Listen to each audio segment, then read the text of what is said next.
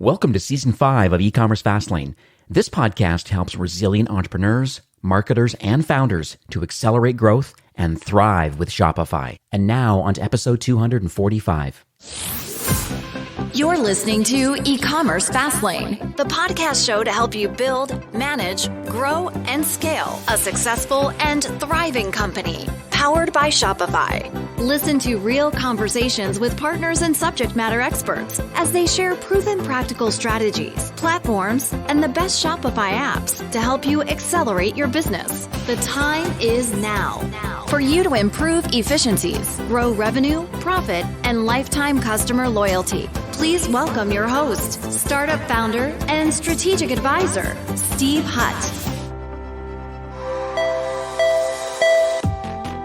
Before today's episode, I have a question for you. How many marketing experiments have you done in the last 4 weeks? How about in the last year? Now look, if you're doing 7 or 8 figures in revenue on your website or more, and you're not doing conversion optimization, you're leaving a ton of cash on the table. You won't scale to the next level, and you're going to get your lunch eaten by the competition over the next 12 months. Now, our sponsor, ConversionFanatics, runs thousands of experiments each year for clients like Clorox, Burt's Bees, NBC Sports. We have a whole list here. Golf Channel, HarperCollins, ClickFunnels. I can rattle off a ton. There's an incredible amount of brands, including Shopify brands, that they run these experiments on. And what ConversionFanatics does is that optimizes your Shopify store so you can get a lot more customers, scale up your traffic much faster, and see a lot more profit fall into your bottom line. And they make it easy, and they handle everything. So go to ConversionFanatics.com for a free site proposal today and tell them E-commerce Fastlane sent you, because traffic without maximizing conversions, in my opinion, is sad. Well, hey there, my name is Steve Hutt. I'm Senior Merchant Success Manager here at Shopify, and welcome back to Season 5 of E-commerce Fastlane. Whether this is your first time listening or you're a weekly subscriber, I seriously appreciate that you're taking time today to listen to the show.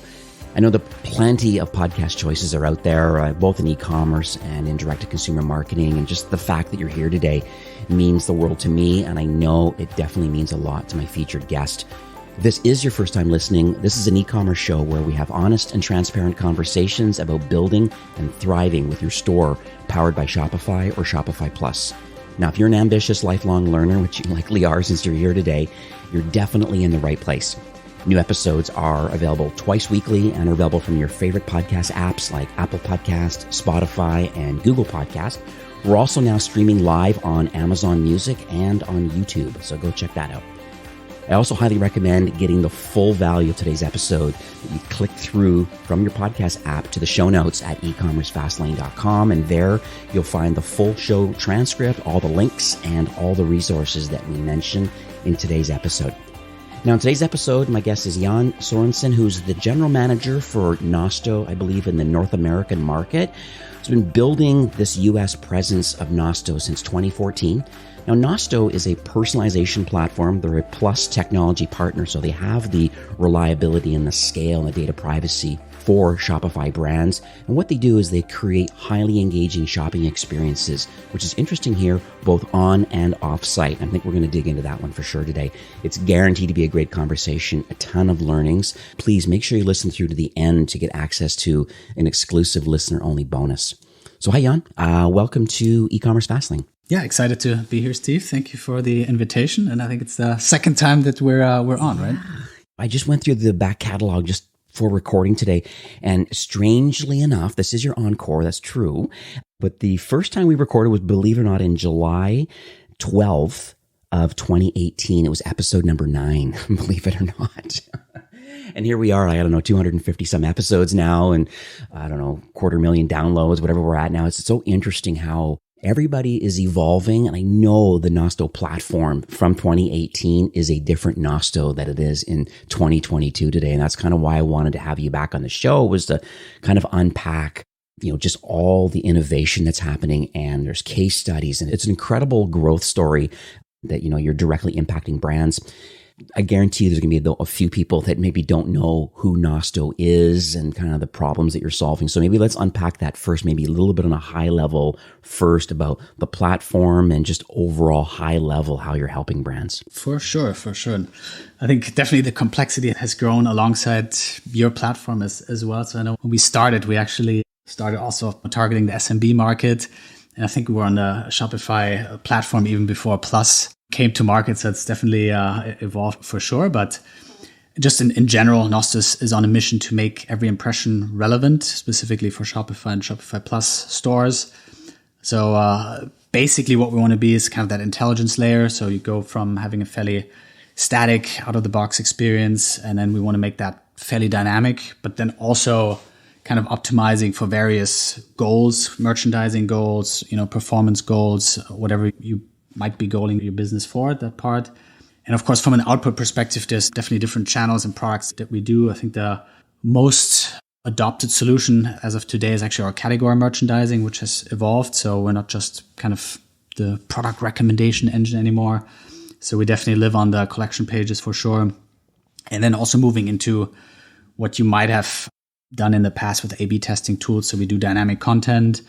So we can take over content blocks, whether it's on the homepage, landing pages. And then, as you've mentioned, there's definitely an evolution with our platform. So we've acquired technologies. We are now also a user-generated content company. And that might sound random, but there is, logic to it. So we feel that, generating content and serving basically all those personalized and segmented experience, there's almost like this content gap. So we just want to make sure that we can feed that in a more automatic fashion. And we do believe that UGC can be that key for us. And then we also did buy a search platform, I think super exciting. And that feeds more into kind of our merchandising portion, which we already are fairly strong in. And personalization, experience, optimization, it's almost like this retail is detail. I think that's what we do. Like we bring in that detail. And at least from a psychological perspective, there's a few theories why that works. And then one of them being is like mere exposure effect, like just seeing stuff that you like and you have been exposed to previously that seems to convert. And then also just reducing the complexity. There's this paradox of choice. So interesting about the UGC side and the search side. That's definitely conversation topics that I have with brands right away. Is like, first of all, we know there's the reasons why conversion rates can be low on some brands is it's all about trust. And one thing that UGC, like non-professionally produced content, just seems to resonate with the end consumer more. And then having it available on a PDP page, on the product details page, potentially on collection pages. But man, if it's dynamically inserted, like, recommended and dynamically inserted at the right place at the right time, even from the search side through that acquisition, it's like so interesting because once again, Shopify does have search, and yes, they keep iterating and improving upon it. But we start thinking about semantic and the buyer intent and being able to reveal the right collection and products dynamically in real time based on a continued search or by that session or understanding that known or unknown site visitor. That's such a powerful technology to have access to. I think for us, it's definitely, you don't want to just be a collection of technologies. That is basically also our goal, is that they all the features speak to each other. When you have search or you have a UGC portion of the platform, we want to make sure, can we A/B test it? Can we make sure it's segmented? Does it talk to the recommendation engine? So the idea is not just to be an aggregator of these random technologies. There is a bigger mission here that we're working on diligently, and hopefully we'll be able to realize that vision for sure. So I want to chat a bit about the founder's story. I think for me, and I'm sure my listeners, it sets the stage a bit about, why do people build what they build, and like, how dare you build it? And what, where did the technology come from? Like this brain power and the desire and the expertise. Just maybe you can share a little bit about how all the pieces came together with the founding team and how it's iterated over time with this founding team. I'm going to probably use the first names only. So my Finnish colleagues, it's probably the easiest. So obviously our founders, 3-person team. So we have Juha, Antti, and Jani. The first thing that I'm super proud of, and perhaps also the reason why I've stuck around so long, if you will, is that all of the founders are still with Nosto. So they're still working on it, and everyone has their own expertise. At this point, from a CTO perspective, Antti, who's kind of the architect of the platform, he's been building e-com platforms for a long time. So he really had that technical know-how. Yanni, on the other hand, he's the kind of infrastructure guy. So the AWS, hosting, making sure that we can deliver on response times. And that's his role. And then Juha is actually the person who has been running like business websites. So he's been selling ski and snowboard equipment. And that's kind of the founding story, that he couldn't personalize online the way he could in his retail stores in Finland. And so those guys got together, still here, still doing their thing. And yeah. It's lovely too. And then I think over time, you became on the radar with Shopify. And then over time, we're invited to apply for the Plus Technology Partners team. So I guess we call it CPAP Plus, the Shopify Plus Technology Partners. And I know there's quite a few hoops you have to jump through, from privacy and security and data handling and customer service. There's a lot of things to become a Plus Technology Partner. You're one of 80, and there's like almost 7,000 apps in the App Store. And, the cream rises to the top. So it's very clear for those that are listening today that, when you go to the Shopify App Store and you look for the Plus certified apps, that doesn't mean that you have to be on Plus. So it just proves the fact that the biggest, baddest brands in the world have been, Shopify has vetted these particular solutions, and Nosto being one of them in the kind of personalization category. And I think that's pretty impressive, like over the years. And I'm sure you and the founding team are very happy that you were part of the initial launch of this Plus certification program.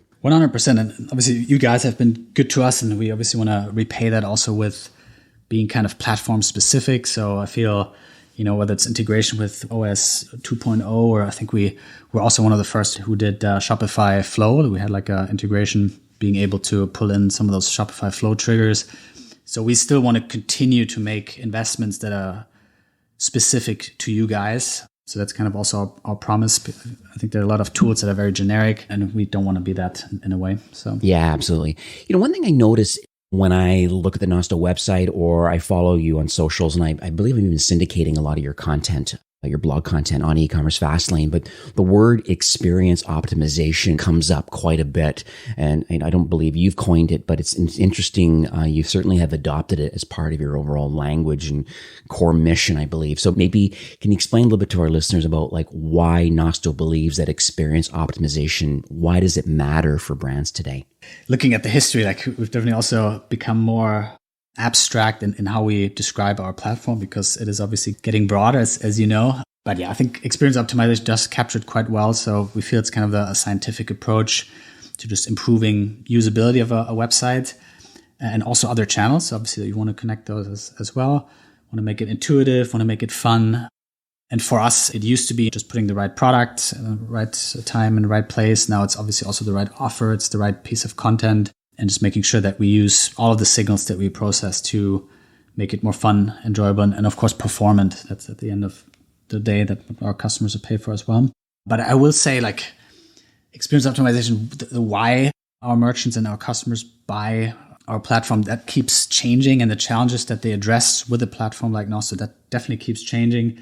I've talked a lot about how our tool has been used during COVID, and there were almost like these tailwinds, and where you had, influx of new traffic, and there were new customer segments that you wanted to have a personalized experience to. And I feel now in the last 6 months, maybe 2 years, there were a few obviously challenges in e-com. So of course we had things like inflation, which drives, a decrease in conversion rate.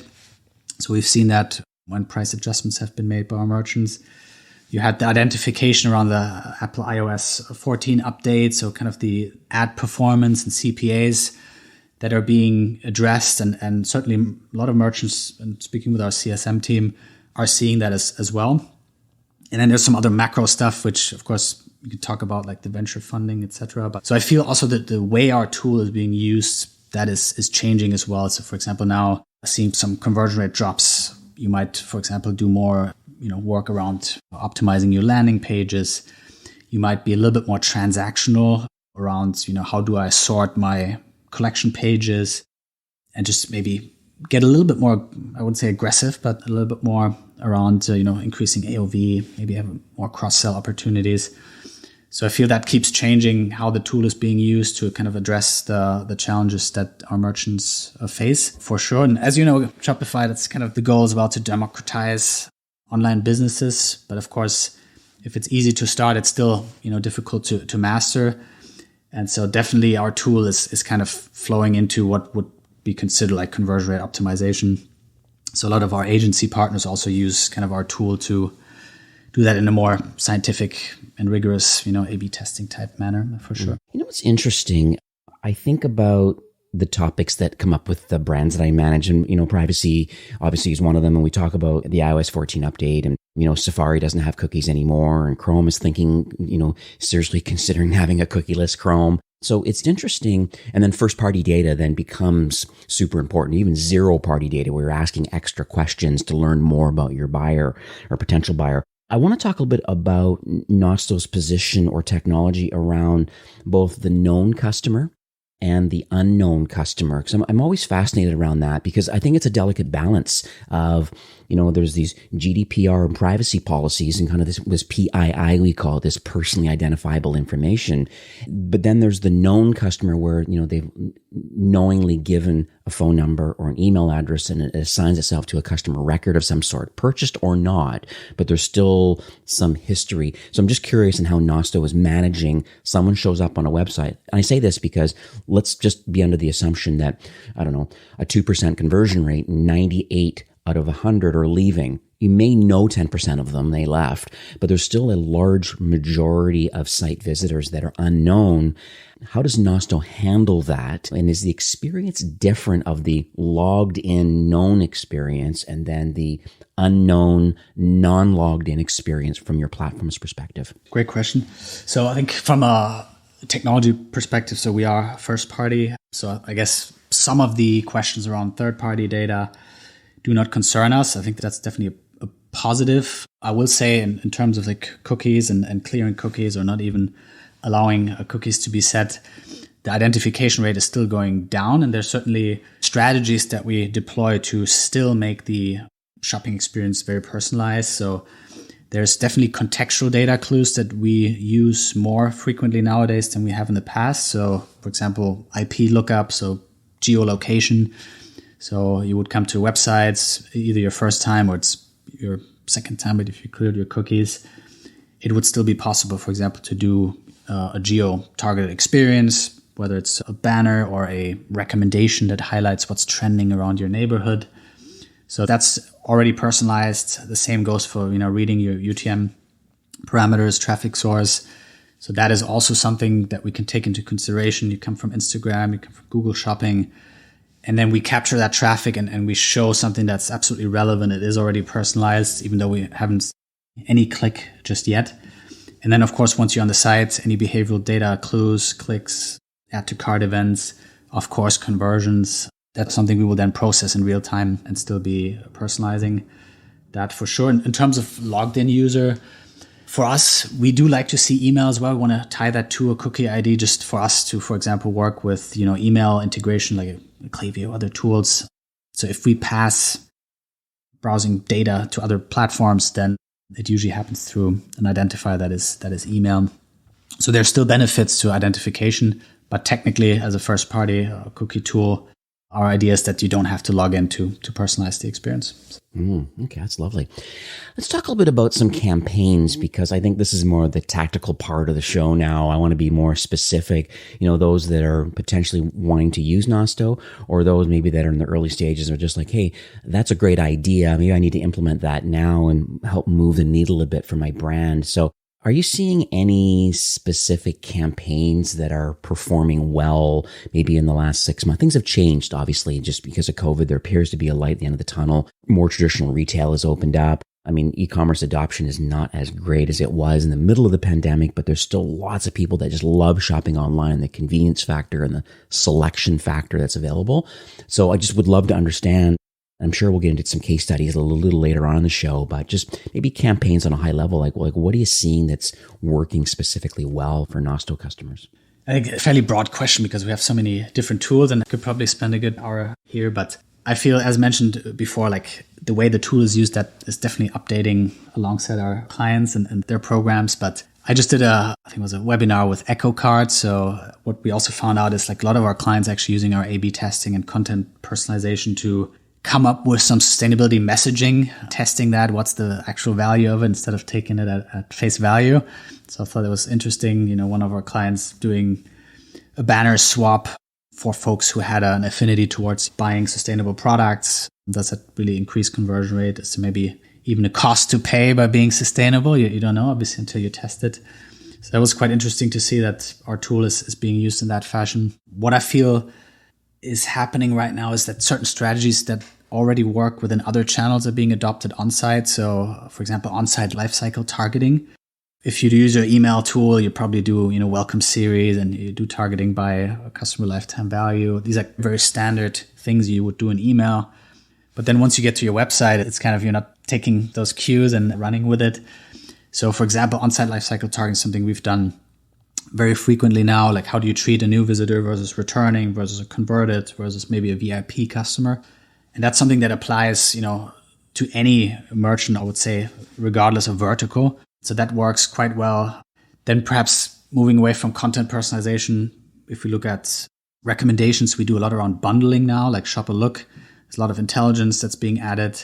And perhaps a thing that I've seen with our new tools on the UGC side, certainly tapping into more social media channels. So for example, TikTok content is being pulled in, and just getting smarter about UGC. So instead of just collecting, random content and curating that, maybe going out and looking for specific and asking your users for specific content that's more strategic. And I feel one example is Persil's. I think it's a Unilever brand. Maybe it's one of our CPG clients. Instead of, asking people to take a picture of a laundry detergent, they had this campaign. It was dirt is good. And folks would upload, pictures of kids splashing in puddles. So it's just getting strategic around UGC as opposed to letting folks, tag you and be done with it. I think that's been key. And maybe one last one, I think definitely getting smarter on the collection page merchandising. If you look at your website, it's probably the one portion of an e-com website that's the least optimized. Like, people have been optimizing their websites, landing pages, using A/B testing tools, but it's fairly difficult to pull off on the collection page. So a lot of work being done there as well. It's interesting with the collection page too, because I have a lot of brands that do nothing about it. It's sorted in the default sort order, or they're using other tools, maybe a merchandiser, a little more senior brand. They're using a merchandiser to kind of make decisions on which products need to be allocated beside each other. But it's interesting. This might allow us to pivot to my next question about machine learning and kind of AI as it relates to Nosto, because I think that's the problem right now. The human right now on the collection page typically is dragging and dropping and moving things around. Some brands, as strange as it may sound, some brands have a drop. They only have 500 pieces. They know they're going to get more. I have one brand that does that, where they do a drop on a Friday and they see Monday morning what happened, but they do not change the sort order. They do manually curate the order of them on the collection page by hand, because this looks nice with this, goes along with this accessory. Okay, I get what they're trying to do. They purposely don't force down out of stock items or non-selling items. They don't push them down lower on the page, because we know above the fold is kind of important, just for discoverability. Everybody has a different kind of methodology about how they want their collection page to work. And so I guess that kind of gets me to my next question around how this experience platform is evolving. I guess I'm kind of getting under the hood here a bit, but just understanding some of the trends right now in machine learning and artificial intelligence as it relates to Nosto. On the collection page, we do see that, and we actually have that conversation quite frequently. Like, if someone who's doing like very manual merchandising, can you trust a tool that's going to kind of re-rank products all the time? So you're more or less just moving almost to a marketplace approach, where perhaps you let the products kind of battle it out for exposure on your website, getting more financial. So some folks do not like that approach, which is fine. So I think you can find a balance between, ranking by product performance, which is, by the way, changing all the time, right? If you use like an out-of-the-box all-time bestseller, which I think is usually the case with out-of-the-box ranking, it doesn't take into consideration if the performance of a SKU changes over time. So I feel there's a lot of efficiency gains to be had. And when we do the testing, simply adding, revenue per impression does a huge amount to performance. But you can still manually merchandise. So I feel there's a great kind of balance to be had. But from an AI and machine learning piece, there's definitely updates across the platform. Some of them, I'd say, are maybe indirectly touching the category merchandising, certainly also product recommendations. So one bigger update I feel that's taking hold now is kind of this image recognition. So understanding what's going on in the image. Can we maybe sort? Can we build bundles? Can we make sure that products are shown that are very similar in nature or even dissimilar. So we added one algorithm that's visually dissimilar just to make sure that you can actually show a broad spectrum of products, whether it's in the recommendations or so on. So those models are getting smarter, but I also spoke with our engineering team recently, and they also tell me like a lot of the stuff around, deep learning, some of those algorithms that you hear about and read about in the news, they're not fast enough to be used in an e-commerce website because you do have to respond in, I guess, 10 milliseconds or 12 milliseconds, etc. So there's also a lot of hot air. So you kind of also need to be honest that some of those that you might be reading about are not ready for like a high performance environment where you just have to be super fast. So that's certainly big. And then I feel where we can come in is really this full funnel orchestration. And that's also where a lot of work is being done, just connecting different experiences across different pages, across different channels, because as a user, and you know this probably quite well, that you can create unlimited amount of experiences, right? An unlimited amount of segments, and you can slice and dice in so many ways. I think the end goal, especially with machine learning, it should kind of bring those opportunities to you. And I feel that's also where a lot of work is being done, is this kind of opportunity surfacing to just make that easier, because just giving you all these possibilities without, highlighting which direction you should take is maybe not even that helpful, right? So. Mm-hmm. What's an interesting topic too that comes up is about the, I could say, cross-device or tracking between different networks outside of your own website. And I think I had Tapcart on, which is another technology partner building mobile apps for folks that, they understand that their mobile traffic is big and they want the push notifications and all the benefits. And I understand that partnerships is a big thing for Nosto. I went to your website. It's very clear. You stay in your lane, but you also can appreciate there's some amazing other partners out there. People have existing tech stack and you want to play nicely with them. I know one of them is Tapcart. And so maybe we can talk a little bit about this kind of personalization thing and how these two technologies are working so well together. So. Yeah, Tapcart definitely one of the bigger partners for us. And I think they're gathering even more steam now with, I think, this ad performance.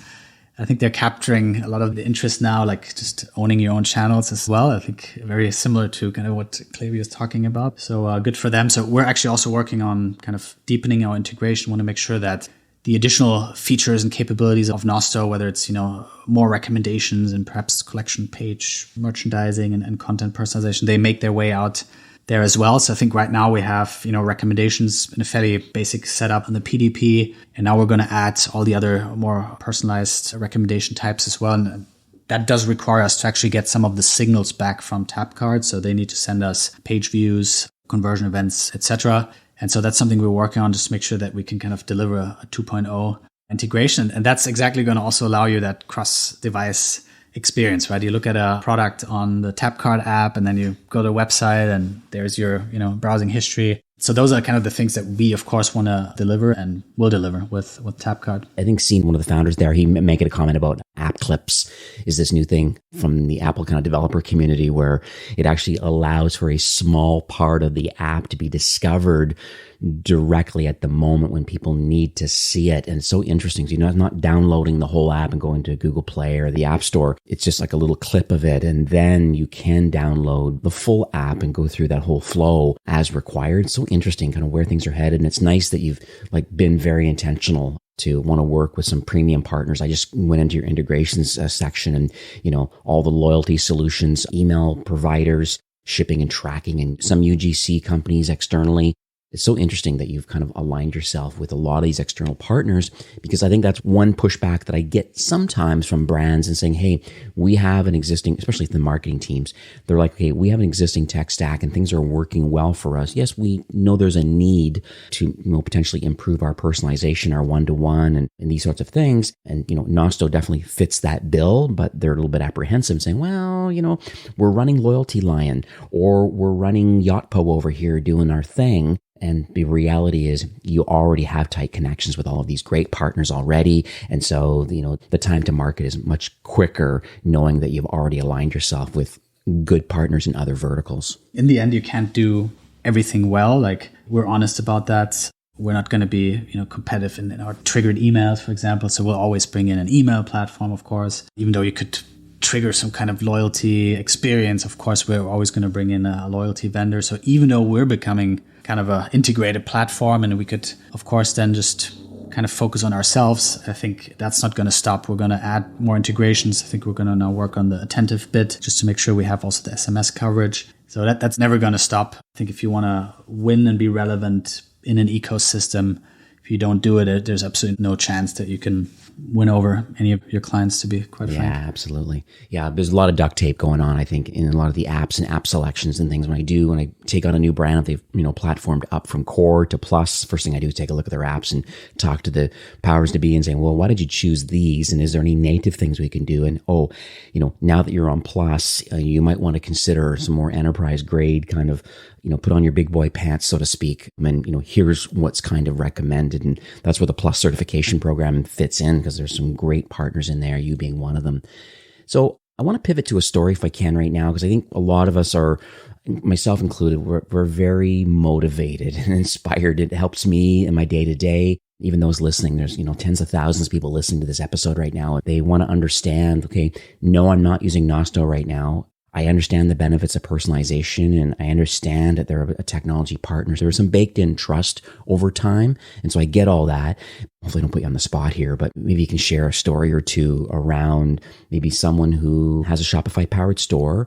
They implemented Nosto, and then how has the brand grown or scaled up thanks to the Nosto technology? We highlight our clients often and as everywhere where we can. So some of those are definitely top of mind, but I feel one that I have recently been talking about a lot with, merchants and also prospects, of course, as well, is a site called Adina's Jewels. So it's a New York-based jeweler, so very close to where I live, actually. Very much a master of their craft, very serious about jewelry and very unique in creating this very bespoke, amazing jewelry. But one of the challenges, what I feel that she approached us with, is that she had very distinct audiences. In fact, it was two big audiences that she was working with. One was kind of the fine jewelry segment. So folks who could actually, pay for pure gold necklaces and, diamonds and so on, very high priced. But she also didn't want to lose out on kind of the fashion jewelry, people who might want to buy something for $30, $50.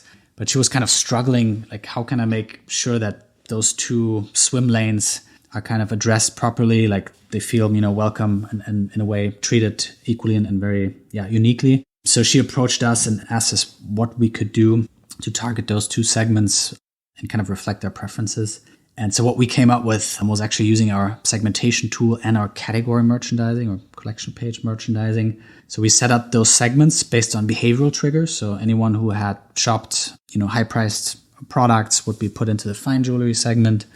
Anyone who's maybe shopping products at a lower price point and maybe discounts would be put into the fashion jewelry segment. And we completely re-rank products for those two segments. It's amazing. You can really treat and almost compare that to a physical store, almost, restack the store shelves for those segments. Performance was really amazing. And we're so proud that we could help out. And then, there's so many brands, but definitely one that I wanted to bring up is kind of a women's health supplements brand as well. Might not name the exact merchant. I believe we're under NDA, but I think the experience was amazing. That was using our segments and content. So this is a fairly new brand. So they also had a goal of kind of branding themselves, introducing the brand, how is, this supplement created? What are the ingredients, etc. So what they did was actually then use life cycle segments. So first time visitor, returning visitor. And initially there was a lot about what does this brand stand for? Who are we? How do we produce our product? And then once there was a conversion, that whole experience changed entirely. So it became more transactional. It was more about, here's a subscription to some of our products. And then if someone converted again, then they kind of assumed this is going to be a big fan. So maybe we can showcase a referral approach and maybe ask to bring us a new client. So that's again being relevant. It's being, focused on who's in front of you, the experience. And I feel maybe there's one more here. I think Princess Polly, they did something that was actually inspired by something outside of e-com. So not sure if you have a Spotify license. I'm sure you do. There's annual year review. Do you see that where they give you all your favorite tracks and the tracks that get away? Yes, definitely. I love that because then it kind of goes into summary. It's oh, wow, I listened to a lot of yacht rock this year. So they were inspired by that and asked, could we do something similar but bring it to retail and in e-com? So we built out these personalized landing pages that had your most viewed products and the products that you looked at and but didn't buy. Like, what's your favorite category and what's your favorite, style? So they also used kind of our segmentation and behavioral affinities. So there were like 5 or 6 kind of these personalized blocks, and it kind of reflected this year-end review experience. And I think they did an amazing job with that, and just being fun and relevant and still, having commercial value, of course, as well. It's lovely. I'll make sure I put the links to a lot of these. So I went to Adina's Jewelry in New York and just had a little peek while you were chatting about it. And I saw dynamically kind of what Nosto was doing. So it's very interesting, kind of how you do it, Princess Polly, and there's a few others. There's a link to a lot of your success stories and case studies on Nosto.com. I'll make sure I put that link in the show notes too. So go back to e-commerce Fastlane. You'll be able to see that for this episode. I don't want to pivot to, I guess, nearing the end of the show, but I just would love to understand the future of Nosto. I mean, like I said before, last time we chatted was back in 2018, and man, things have changed. We've got to have a pact that maybe we have to have you on the show again, because I think just customers and platforms and just, demands of the market change. And so does the roadmap, and so does the implementation. The technologies are changing, and, Nosto's right alongside, those demands. And so just like to understand what the North Star is, I guess, for the remainder of 22, leading into BFCM, which is a big time. I don't want to think about fall when just starting summer now, but it's still an important thing to think about. So I just would love to understand the roadmap publicly, what you can share, and kind of where you believe the Nosto brand is headed in the next few quarters.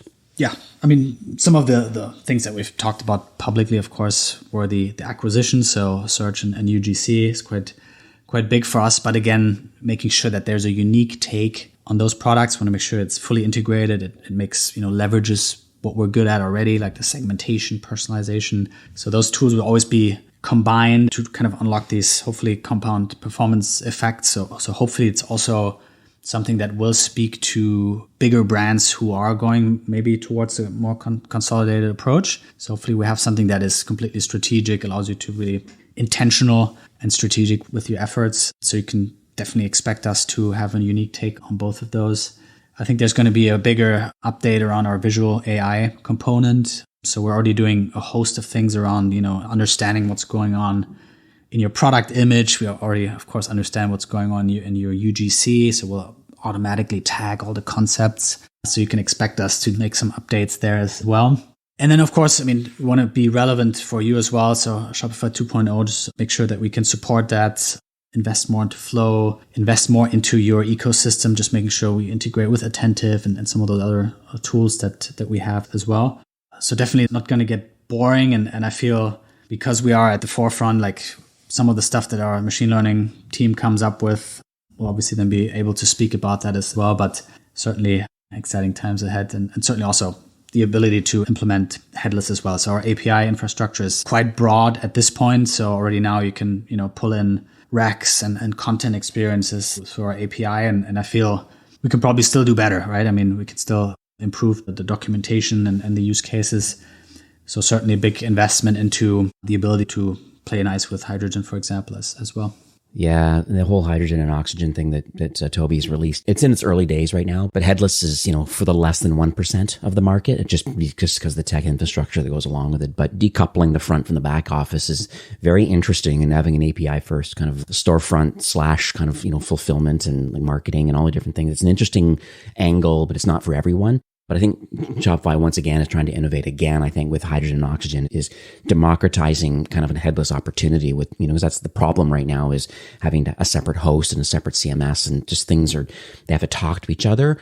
And I think we're trying to figure that out, of like giving people full kind of front end control, but with still kind of quote unquote the Shopify back office, runs quite well. So instead of people having to go third party, using Contentful and Webflow and other different types of CMSs, which are great, WordPress even at some point is going to be all under Shopify's hood. So I'll put a link to that. I think it's hydrogen.shopify.dev. You can go there and learn more about hydrogen and oxygen. So one is the hosting, one is the actual technology around it, the React framework, and all these kinds of fun things. So I guess one last thing that I would like to mention, I know we chatted in the green room kind of just before recording. I want to send people to nosto.com for sure. That's number one, just to at least check out everything that's all Nosto. You have your blog and your case studies, and there's a lot of learnings going on there. And I understand that, like, for our listeners today, there's the bonus for those that are really want to level up their skills, really good on your LinkedIn profile too. You have a certification program. I'd like you maybe to share some of the details and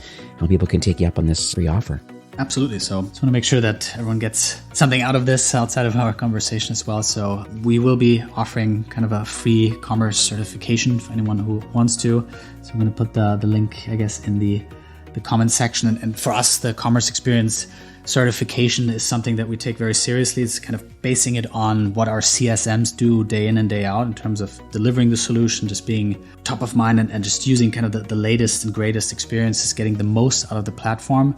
And I feel it's necessary because it's becoming, I guess, again, more complex to solve some of those issues and challenges that merchants come to us. So you'll be definitely kind of up to date in terms of your knowledge around experience optimization, specifically when it comes to on-site and personalization UGC. So please let us know. And if there's any questions, I'm also happy to answer those. So it's jan@nosto.com, just my first name. Always available. If there's any conversations to be had, just ping me by email as well. Yeah, it's lovely. So I'll have this link in the show notes. Thank you for offering that, because I think typically this certification is for Nosto customers, but this is a good way if you're not even a Nosto customer yet. And thank you for listening into today's episode, because you get access to this program. It's probably a $1,000 program, quite in depth and fully certified, and it just levels up your knowledge and your skills kind of around a Shopify store optimization and strategy around how to use the platform and best practices. I'm going to actually do the course myself too, just to kind of level up myself. I have this life of learning mantra, and so never want to be the smartest person in the room. You have to kind of keep leveling up, and it's just kind of part of the day-to-day here at Shopify, and this podcast is part of my talking points with the brands I manage. But yeah, thanks, Jan. I really appreciate. Thank you for coming on the show. Thanks for all the great work you do, being a Plus certified partner. You shared a lot of knowledge. I think the vision of the Nosto brand is very exciting, and I know that you're making a lot of impact for a lot of brands. So for those listening, please go to nosto.com. Definitely do this free training, because it'll open your mind about what is available. It'll make you a better entrepreneur or a better marketer if you're working for a Shopify brand right now. So thanks, Jan, again for coming on the show. Thank you for having me, Steve. All right, take care. Today's episode was brought to you by ConversionFanatics. If you're doing 7 or 8 figures or more on your Shopify store and you're not doing conversion optimization, you're definitely leaving cash on the table. Now, the team at ConversionFanatics, as I mentioned, runs thousands of site experiments every year for clients like Clorox, Burt's Bees, NBC Sports, and so many more. They optimize your site so you can get a lot more customers, scale up your traffic faster, and see a lot more profit. And they make it easy, and they handle everything. So go to ConversionFanatics.com for a free site proposal and tell them E-commerce Fastlane sent you, because as I said, traffic without conversions is sad. All right, go check them out, ConversionFanatics.com. Well, that's it for today's episode. I'd like to thank you, a loyal listener of E-commerce Fastlane. It's my hope that this podcast is offering you a ton of value through growth strategies, tactics, and exclusive insider tips on the best Shopify apps and marketing platforms, all with my personal goal to help you build, launch, grow, and scale with Shopify. Thanks for investing some time today and listening to the show. I'm so proud and excited that you have a growth mindset and are a constant learner. I truly appreciate you and your entrepreneurial journey. Enjoy the rest of the week and keep thriving with Shopify.